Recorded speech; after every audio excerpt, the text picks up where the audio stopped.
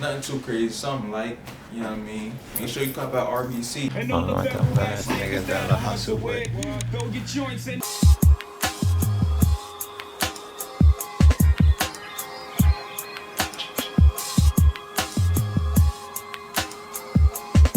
I bet you wish that I was still right there.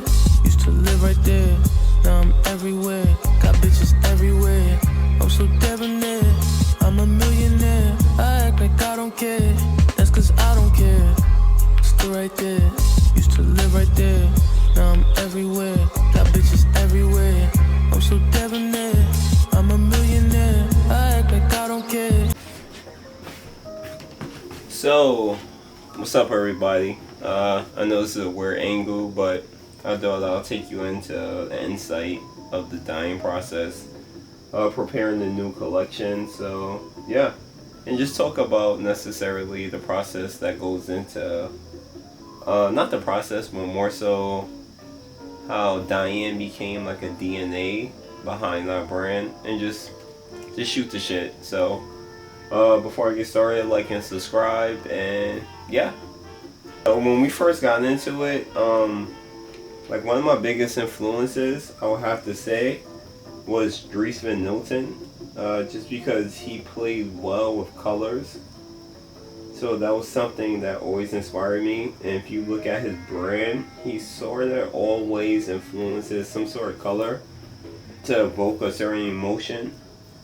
And I thought that was always cool how it carried back to, yeah, a lot of his collections and just throughout times.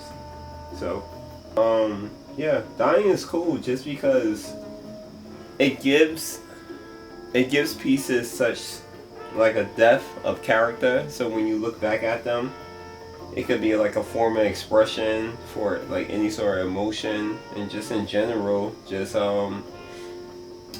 yeah, to get the message like further along, if that makes sense. So a lot of brands were popping at a time when we first got started, from Fear of God to Off-White. What was another brand that was like really taking off at the time? I think Yerrrr Preston was necessarily getting into this, you know, thick of things just based on his connections in the industry.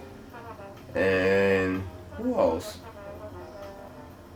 Marcella Berlin County. I don't know if I'm pronouncing that right, but yeah, they were taking off as well too.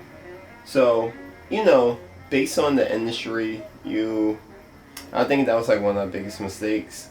You try to put together pieces or imagery that necessarily reflect that, you know, the popular pieces these designers were putting out. So produce these like denim overshirts. I'll make sure I put an image somewhere over here. And these extensions, beautiful pieces, these garments, these neoprene pieces. At the time, neoprene was super popping.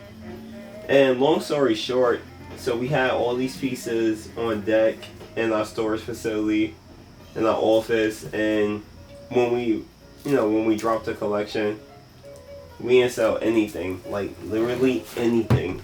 So, and we thought we did everything that we were supposed to do properly, but I think one of the biggest things that we didn't do was we didn't stick to our DNA of who we were as a brand. And I think that's like super important.